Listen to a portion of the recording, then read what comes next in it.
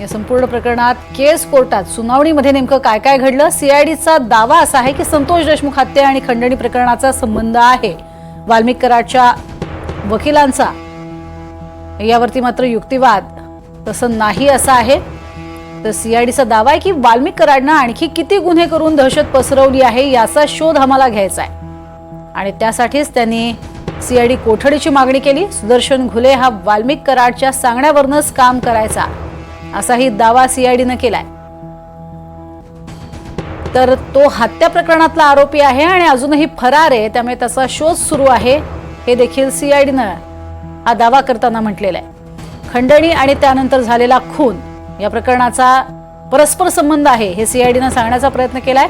फोनमधील आवाज कराडचा आहे का हे देखील आम्हाला तपासायचंय आणि त्यामुळे आम्हाला सीआयडी कोठडी हवी आहे।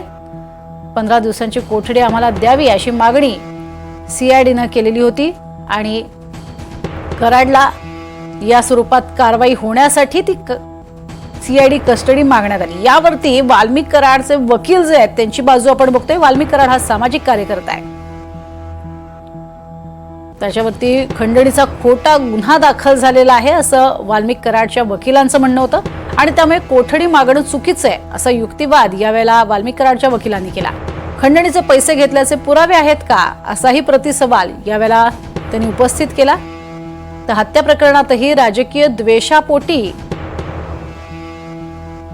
आरोप करण्यात आलेला आहे असं सुद्धा वाल्मिक कराडच्या वकिलांनी म्हटलं।